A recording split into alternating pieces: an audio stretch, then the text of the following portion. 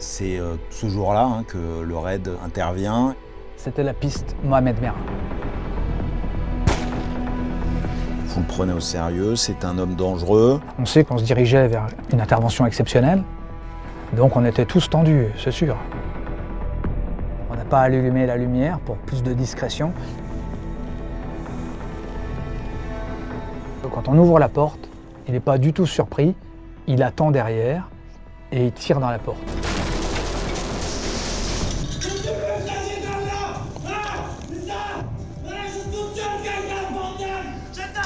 Il sort de la salle de bain comme un fou, et il charge direction le balcon.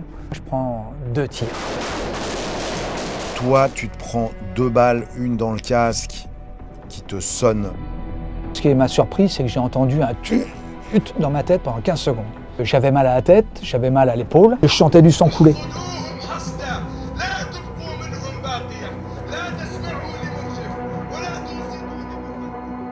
Bonjour Marc. Bonjour Jean-Charles. Bienvenue dans mon incroyable histoire.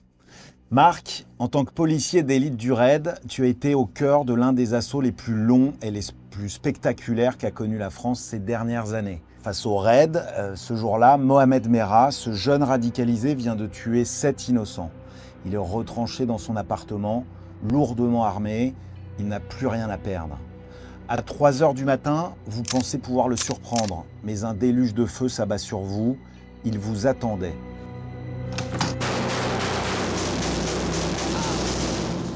Durant cette guerre des nerfs qui va durer 32 heures, 2 balles t'atteignent. C'est la première fois que tu es si gravement blessé depuis le début de ta carrière. Et ce 19 mars 2012, à bord de l'avion qui vous mène à Toulouse, toi et tes frères d'armes, vous êtes loin d'imaginer que cette affaire de l'homme au scooter, c'est comme ça qu'on l'appelle encore à ce moment-là, est la première d'une longue série noire. Vous ne savez pas du tout à quoi vous attendre à ce moment-là. Pas vraiment, sinon que voilà, il y a un individu qui a tué un militaire, Ibn Ziaten, qui vendait sa moto.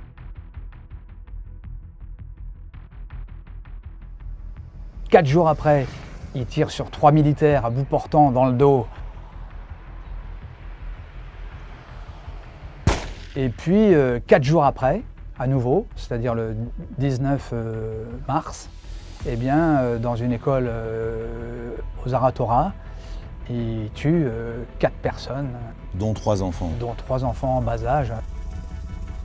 C'est ce jour-là que le raid intervient et que vous descendez. Oui, sur parce Paris. qu'il y a urgence, tous les services de police sont en bas. On descend dans un cadre, on va sûrement aider la police judiciaire.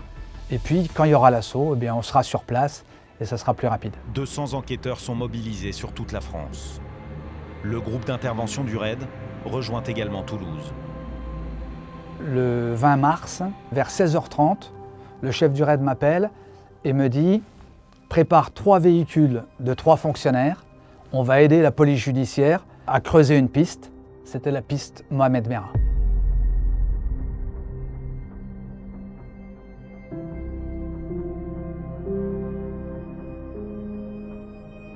Vous savez qu'il est radicalisé, qu'il a un fusil d'assaut, vous savez au moins ça.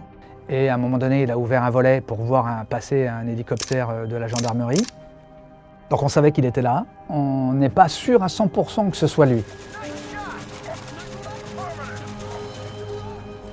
Pourquoi vous décidez d'intervenir à 3h10 du matin? Alors en règle générale, les horaires légaux en France, c'est à partir de 6h du matin jusqu'à 21h. Voilà, ça c'est les horaires légaux. Et le juge nous autorise à donner l'assaut à 3h. Finalement, à 3h10, on donnera l'assaut. De nombreux policiers planquent autour de son immeuble et quadrillent le quartier.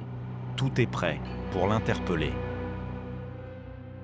Ce jeune homme, vous le prenez au sérieux, c'est un homme dangereux. Vous êtes combien sur place? Au départ, on est un assaut normal, une vingtaine. Une vingtaine. Et après, bien sûr, on fait descendre tout le monde, Ouais. jusqu'à 60. Mais Au départ, cette nuit-là, à 3h du matin, vous êtes 20? Oui, c'est ça, environ.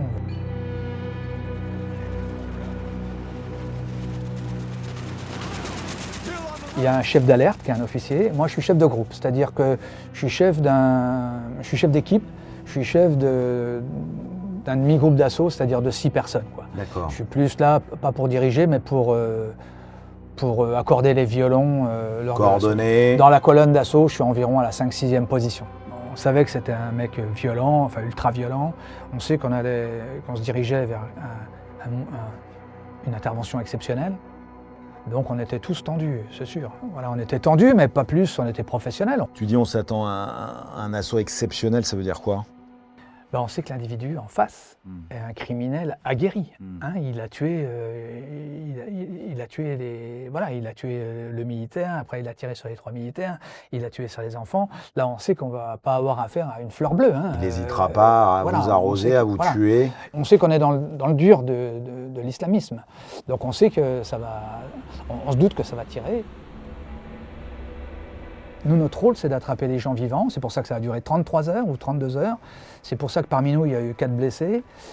Voilà, on fait tout pour arrêter les gens vivants, pour faire avancer le système, savoir quelle est la pulsion sociale qui l'a amené à faire ça, et puis surtout, tomber les fournisseurs, tomber la structure qu'il y a derrière, parce qu'il y a une structure. Notre but, nous, c'est de le choper quand il dort.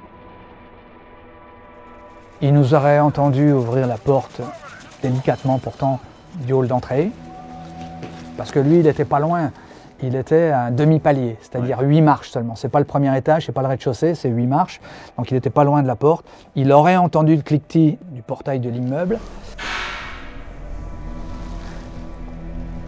Et puis après, il a été étonné que la lumière ne s'allume pas, parce que je me souviens pas, moi, on n'a pas allumé la lumière pour plus de discrétion. Ça, il l'aurait trouvé louche, enfin c'est ce qu'il raconte. Quand on ouvre la porte, il n'est pas du tout surpris, il attend derrière et il tire dans la porte.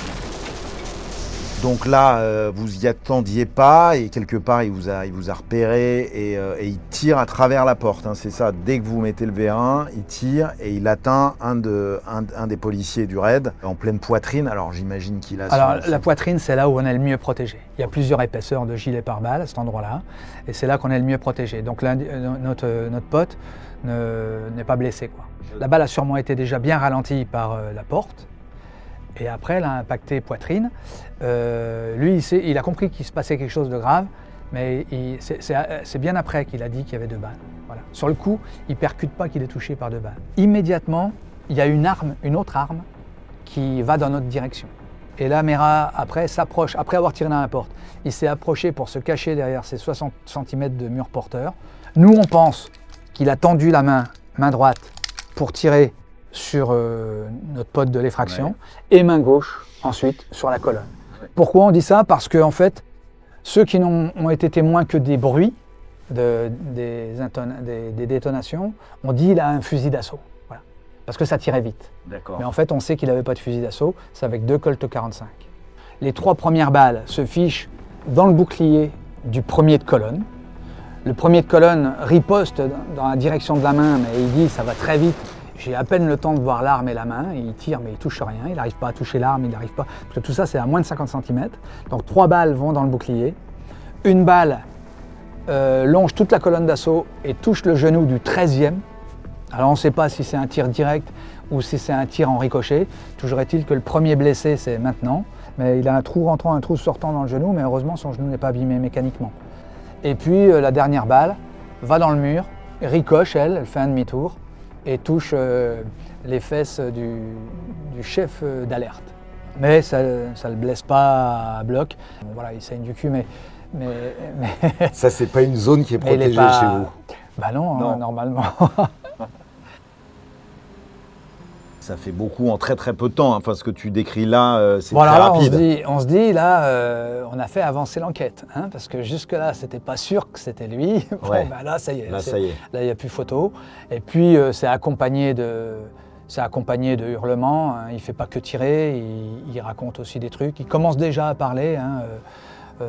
Déjà, il nous a dit je crains pas la mort. C'est la phrase la mort d'Al-Zaouri. comme vous aimez la vie. C'est ça. J'aime la mort comme Déjà, vous il aimez commence la vie. à vous dire ça. Déjà, il commence à dire des trucs comme ça.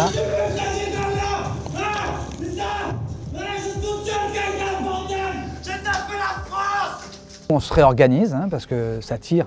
On sait qu'on ne rentrera pas dans l'appart tout de suite, hein, donc on recule un petit peu. Enfin, on bloque la situation. On va chercher des boucliers plus lourds. Et entre ce moment-là où on se réorganise avec les boucliers lourds et que ça commence à négocier, eh bien, mais que ça commence à négocier, mais verbalement, eh bien, il y aura encore 6 ouvertures de feu. Il va encore ouvrir plusieurs fois le feu, 3 fois de notre côté, à travers la porte aussi. Et puis, de l'autre côté, côté sniper, côté exactement, je ne sais pas sur quoi il tire. Moi, j'étais côté colonne, mais il tire côté sniper 3 fois aussi. Donc en fait, dans les 3 premières heures, eh bien, il y a 7 échanges de coups de feu avec lui. Là, vous êtes dans maintenant une situation où vous pourriez rentrer et le tuer, non? Et puisqu'il vient de vous tirer dessus. C'est pas ça la légitime défense. C'est pas ça la légitime Non, défense. la légitime défense, il y a une notion d'immédiateté. Et normalement, tu tires sur quelqu'un qui te tire pour sauver ta vie. Quand tu peux te cacher. Si par exemple un véhicule de voyous te fonce dessus, tu sais qu'il veut te tuer, mais si tu as le moyen de sauter dans le fossé, si tu tires, on va te reprocher d'avoir tiré.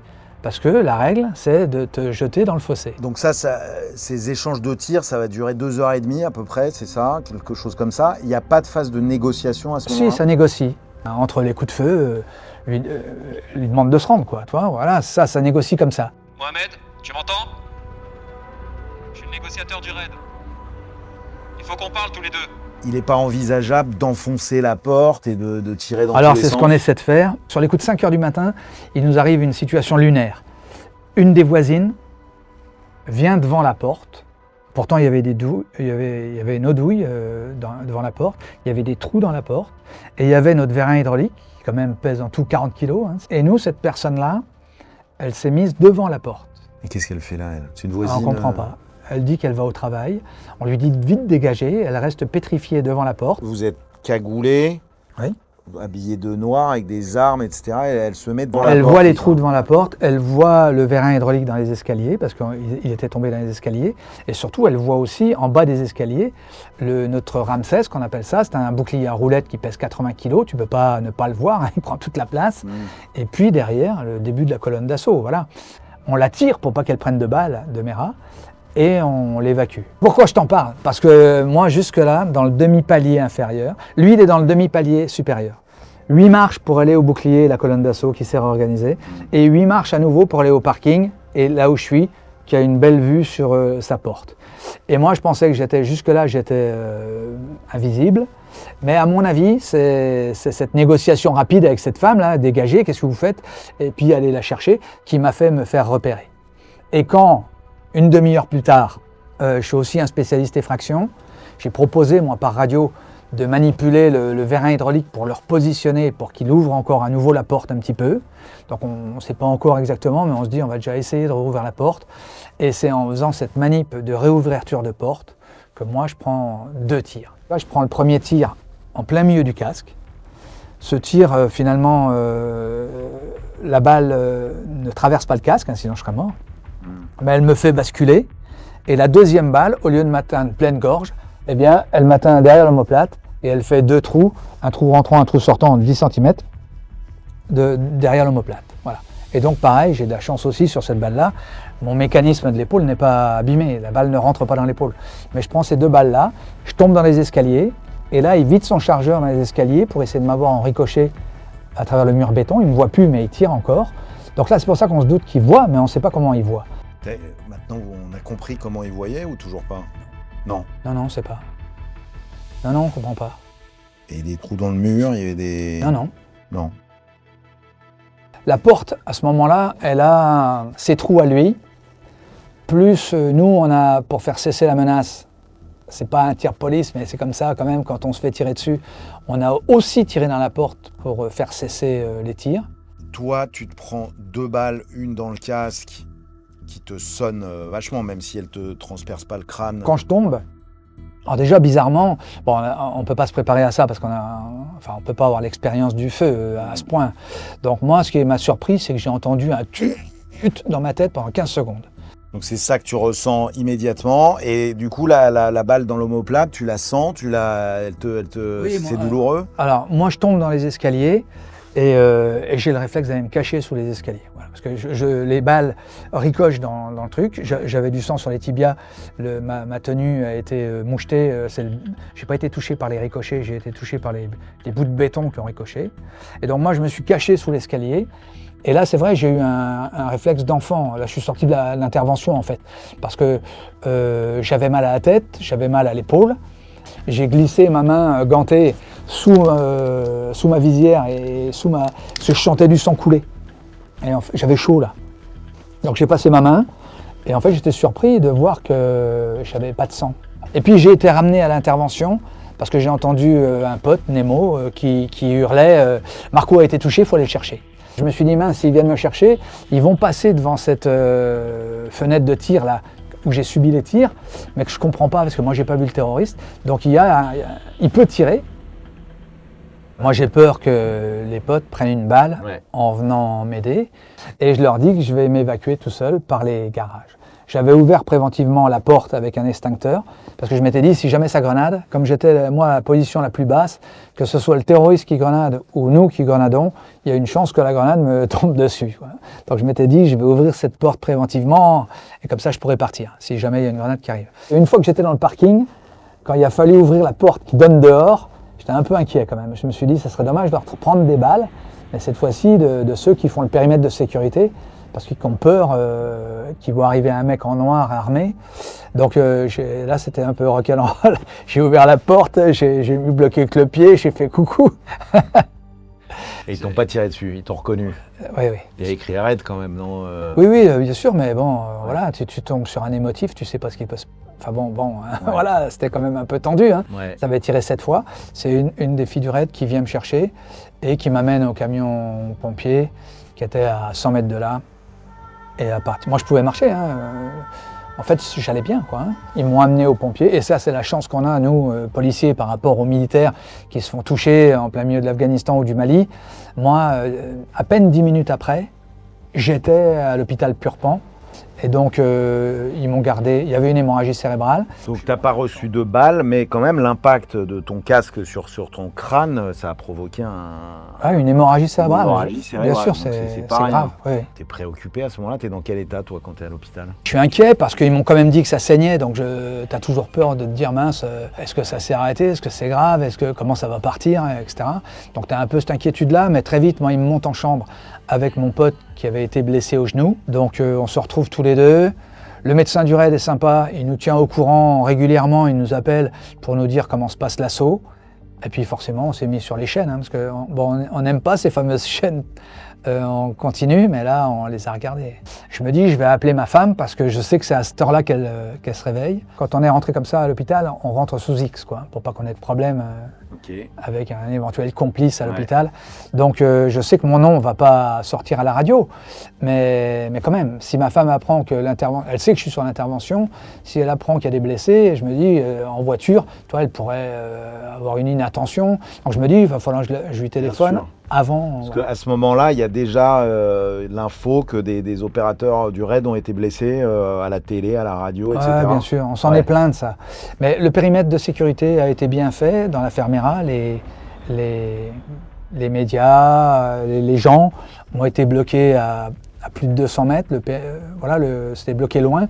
Mais cependant, après, moi, pendant l'intervention, j'ai vu, il y a quand même de la communication. Quoi. Ces chaînes continues font leur travail en continu, et donc on a entendu des aberrations, comme par exemple « Ah, attention, le camion de pompiers est en train de se déplacer. Si le camion de pompiers se déplace, c'est sûrement parce qu'un assaut va se lancer. » Donc nous, on se dit « Mais si moi je l'entends, si la télé, si Mera a une télé, lui il l'entend. Ouais. » Donc on se dit « Ça annonce. » Je pensais à ta femme, sur une intervention où tu as dit quand même qu'il y avait une certaine nervosité liée à la dangerosité de ce profil.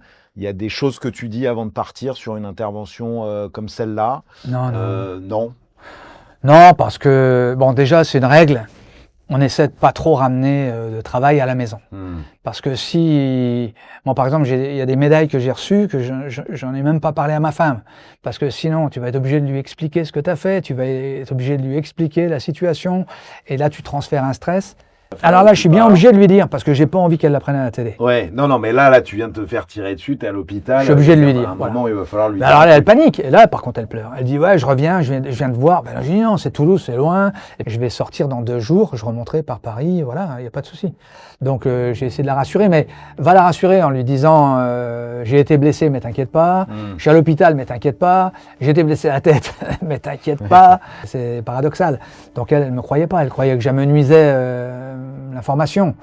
Oui, puis après, elle va assister, j'imagine, elle-même sur les chaînes continues. Ah bah après, c'est la catastrophe. À tout le siège qui a été filmé de différentes façons là-bas sur place, où la tension est excessivement lourde pendant un siège qui va durer 32 heures jusqu'à l'assaut final. Toi aussi, c'est ce que tu fais, tu regardes tout ça. Ouais, moi, on n'arrive pas à dormir. On essaie de dormir, mais on n'arrive pas.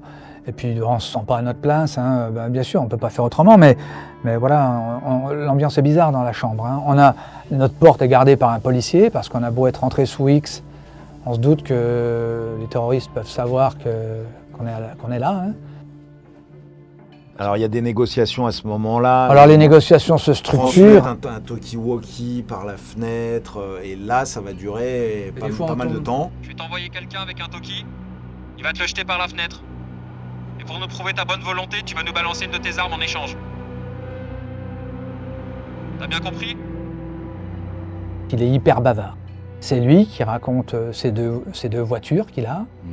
À un moment donné, il donne un Colt 45 pour montrer qu'il est de bonne foi et qu'il va se rendre, pour faire durer. Parce qu'en fait, après, on l'a su après, toute cette comédie là où il parle, où il dit je vais me rendre, mais il me faut un peu de temps. Ouais. En fait, c'était pour récupérer et pour tenir. Voilà. C'est ça.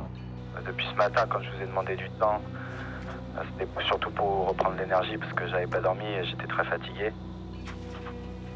Après, le fait que vous rentrez, comme je vous l'ai dit, je me défendrai jusqu'à la mort. Oui, il explique ses motivations. C'est au nom de Dieu, hein, au nom d'Allah qu'il a commis ces crimes. Vous nous tuez en Palestine, vous nous tuez partout dans le monde, nous les musulmans. Donc nous aussi, on a le droit de tuer vos enfants, vos militaires, etc. Cette histoire de musulmans, c'est assez spécial.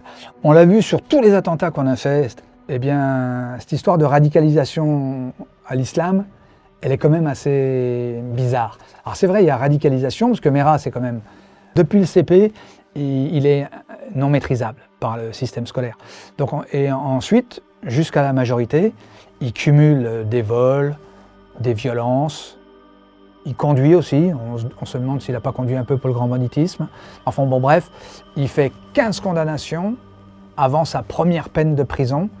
Tu veux dire qu'il a un sentiment d'impunité Quoi, il est impuni, oui, parce que 15 condamnations, ça veut dire on ne sait pas combien de rappels à la loi il a eu, et combien de fois il ne s'est pas fait choper, et etc., etc. Donc il est impuni, et quand il fait sa première peine de prison... Et c'est là qu'il aura été radicalisé. Et donc c'est là que je veux revenir sur ce mot radicalisé. Tous ces gens dont je te parle là, c'est pas de la vraie radicalisation. C'est-à-dire que chez eux, on a trouvé, chez la majorité d'entre eux, hein, on a trouvé des bouquins sur l'islam pour les nuls, le Coran pour les nuls. C'est pas des théologiens. Leur radicalité, pour moi, elle est plus une admiration d'un style de vie, admiration de Ben Laden notamment.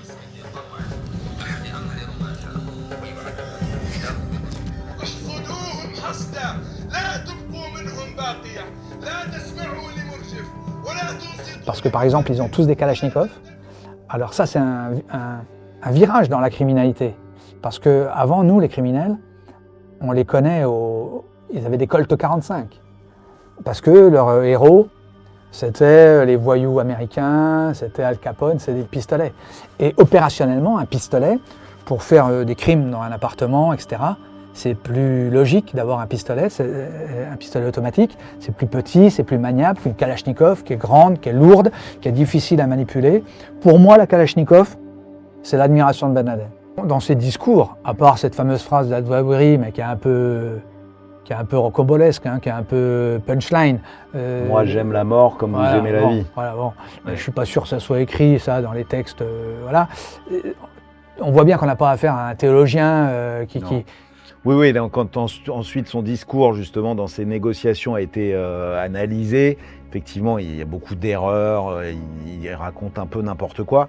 Ce qu'on apprend quand même aussi dans cette phase-là, c'est qu'il est parti, il a beaucoup voyagé, il est parti au Pakistan, il a été formé pendant 15 jours dans les zones tribales, aux armes, à la Kalachnikov en particulier.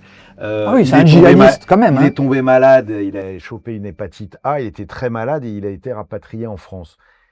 Et c'est là-bas, dans ces zones, qu'on lui aurait recommandé d'aller taper le sol français et des militaires français.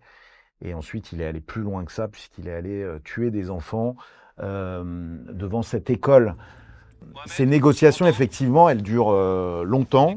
Je crois que du côté du raid, il y a le sentiment qu'il va effectivement se rendre, parce qu'il s'est adouci. Le négociateur, il parle bien avec lui, je crois, et c'est pas ce qui va se passer finalement.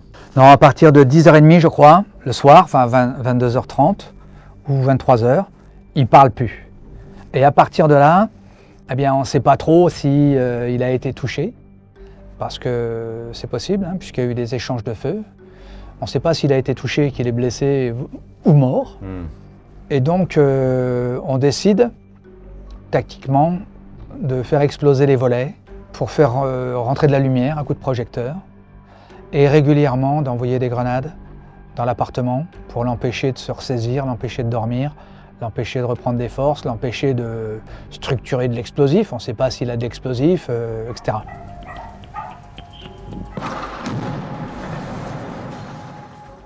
On ne sait pas ce qui devient, on sait pas. On a des outils de détection, mais c'est pas facile. On a des robots pour voir s'il y a de la vie à l'intérieur, derrière un mur. Oui. Mais il y a des échos, enfin c'est pas simple. On n'est pas sûr. Et puis, alors moi je te raconte, là je suis à l'hôpital moi. Hein. Ouais. Je te raconte l'histoire des débriefings et des potes qui me racontent. Hein. Bien sûr. Voilà. Donc au petit matin, ça fait déjà une trentaine d'heures que ça dure. Là, il y a les gens évacués, parce que pendant la nuit, par contre, on a évacué les voisins. Hein. Mais par contre, dès que ça a tiré, dès qu'on a pu, après, par les fenêtres, aidé par les échelles de pompiers, on a évacué les voisins. Donc ça fait du monde dans la nature. À un moment donné, tu ne peux pas faire le siège d'un appartement pendant 5-6 jours. Donc à un moment donné, il a fallu redonner un assaut. C'est l'assaut du petit matin, où à nouveau, il va y avoir des blessés. Où un groupe va s'approcher de la salle de bain. Un de nos robots détecteurs dit qu'il y a de grandes chances que ce soit là. Dans la salle de bain. Oui, en fait, il se serait protégé dans la baignoire. C'est là que tu es le plus à l'abri pour résister aux balles, etc. L'unité d'élite, de son côté, se prépare à le déloger. Et pour de bon, cette fois-ci. À 10h30, un commando du raid est déjà derrière la porte de son appartement, prêt à investir les lieux. Dehors, des snipers sont positionnés pour couvrir leur progression. Les policiers viennent d'enfoncer la porte. Ils avancent lentement dans ce capharnaüm, redoutant que Mera ait piégé son appartement avec des explosifs.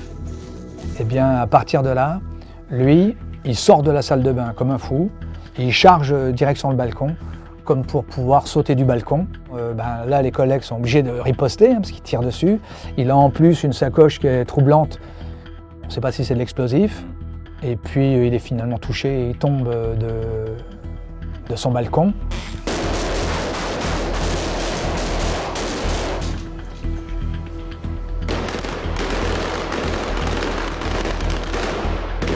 Puis il y a d'autres balles, parce qu'en fait, il y a plusieurs personnes qui tirent sur lui. Donc ça, c'est une opération suicide qui mène en tirant sur les hommes. Il y a combien d'hommes dans l'appartement, ça veut dire, à ce moment-là? C'est 6 d'un côté, 6 de l'autre. C'est 6 environ... sur le balcon et 6 c'est à peu près ça. Dans un appartement qui est petit, je crois qu'il faisait 30 mètres carrés en tout. C'est environ une dizaine de personnes. Ouais, d'accord. Donc là, on imagine ce monde-là, et lui qui sort de la salle de bain. Oui, donc il tire sur tout le monde, donc tout le monde lui tire dessus. Et donc il a pris plusieurs balles. Il y a une balle mortelle du sniper, en effet.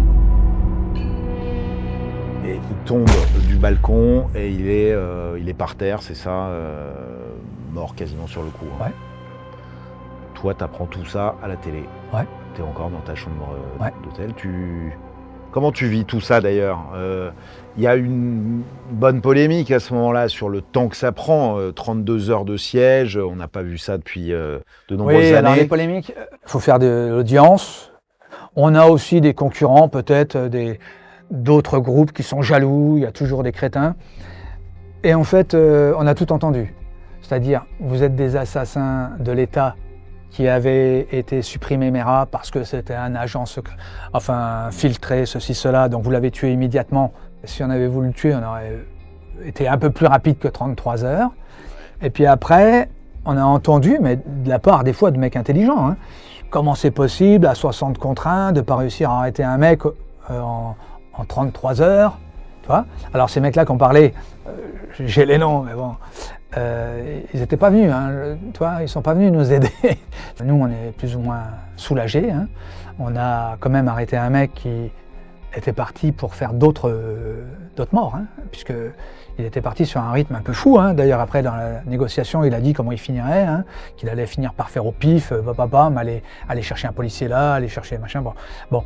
Et donc, nous, on a quand même fait notre travail dans le sens où, certes, on n'a pas réussi à l'avoir vivant, mais on a fait cesser le crime, puis on a sauvé des gens, quoi, hein, parce qu'il était vraiment sur une dimension dangereuse pour la population, quoi. Voilà. Est-ce qu'après coup, quand on connaît toute la lecture de là où il a été placé, de ce qu'il avait comme arme, etc., il y avait une solution plus efficace, plus radicale, plus rapide, ou même encore aujourd'hui, tu sais pas comment vous auriez pu procéder autrement? Non, je pense qu'on a fait ce qu'il fallait faire, parce que avec les cartes qu'on avait, nous, on n'était pas sûr à 100% que MERA était criminel. Donc tout ça, tout ce que je t'ai dit, pourquoi pas le gaz, pourquoi pas les explosifs, pourquoi on n'a pas... Voilà, c'est parce que... Et puis c'est notre boulot d'arrêter les gens vivants. Alors après, je te parle pas, si par exemple il y avait 5 attentats en France à la suite, peut-être que le 6e, il y aurait un changement d'état d'esprit, mais c'est même pas sûr. Parce que la règle, la loi reste la loi. Et nous, on est des auxiliaires de la loi avant tout. Est-ce que ça a changé, toi, ta façon de faire ton travail après cet assaut-là? Moi, personnellement... Alors oui, ça a changé un peu ma vie, parce que, surtout par rapport à ma femme. C'est-à-dire que ma femme qui ne me mettait pas du tout la pression par rapport à ce métier, il a fallu que je l'appelle quand je partais, que je lui donne un peu plus de renseignements. Moi, j'ai pas été super stressé par ces 2 balles, parce qu'en fait, j'ai été blessé par surprise. J'ai pas...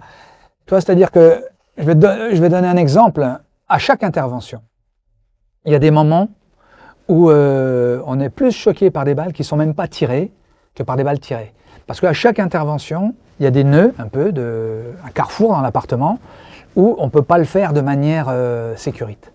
C'est-à-dire que normalement, quand on voit un danger, on appelle quelqu'un qui surveille ce danger avec ses 2 yeux et son arme, et on avance comme ça pour ne laisser aucun danger susceptible de nous toucher. Mais des fois, tu tombes sur un carrefour où tu ne peux pas mettre, et donc tu es obligé d'accélérer. Et donc sur ces 3 mètres que tu fais, tu risques de prendre une balle. Tu te dis, bon ben là, sur les 2 mètres que je vais faire en accélérant, si ça tire, je vais prendre une balle. Et là, même si c'est pas tiré, même si ça tire pas, ben tu es quand même marqué. Moi, j'ai continué à aller au travail, j'ai pas pris mon arrêt de travail, parce que je voulais pas rester chez moi tout seul. Je voulais bénéficier des briefings, tout ça. Donc j'ai été au travail, mais j'ai pas fait d'intervention pendant, je sais plus, pendant 2-3 mois. Il y a beau avoir eu ces polémiques sur le temps qu'avait pris ce siège, cet assaut, etc. Plusieurs d'entre vous, et c'est ton cas, ont été décorés de la Légion d'honneur. Ce sont les militaires et les gendarmes qui attrapent ces médailles-là, les gradés, qui attrapent ces médailles-là dans leur cursus professionnel. Nous, un opérateur d'assaut, comme moi, je n'étais pas gradé. Moi, je suis rentré gardien de la paix.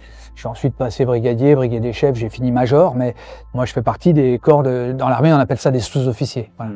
Et en règle générale, on n'attrape pas ces médailles-là, nous. Et contrairement à l'habitude, plutôt que de récompenser uniquement les grands chefs et les chefs, ils ont fait moitié-moitié et ils ont récompensé aussi beaucoup d'opérateurs. Il m'a remercié pour avoir été blessé. Une médaille, ça cicatrise un peu, hein, l'air de rien. Tu vois, même si c'est des broutilles, ça n'apporte rien, mais on n'est pas des enfants, mais on aime quand même la reconnaissance de notre travail. Quand on s'investit dans notre travail, on est content. Et puis aussi le fait que d'avoir signalé à mes camarades de ne pas passer, j'ai peut-être évité à certains potes de prendre des balles. Donc voilà, donc moi j'ai eu la Légion d'honneur. C'est une reconnaissance qui t'a touché? Bien sûr. Ouais. Bien sûr, parce que je te dis, c'est des médailles que nous, en tant que sous-officiers, on n'a jamais. Le raid s'est illustré dans beaucoup d'affaires qui ont ému la France et qui nous ont fait réaliser l'importance d'un service d'élite et de policiers qui sont prêts à donner leur vie ou en tout cas à prendre tous les risques pour sauver la nôtre et pour nous aider à protéger nous-mêmes et nos enfants. Alors merci pour ça, Marc. Merci. Merci beaucoup d'être venu et d'avoir donné autant de détails sur ce que tu as vécu et sur toutes les techniques du raid. Merci, c'était un témoignage passionnant. Merci à vous de m'avoir laissé parler de mes camarades et de cette unité.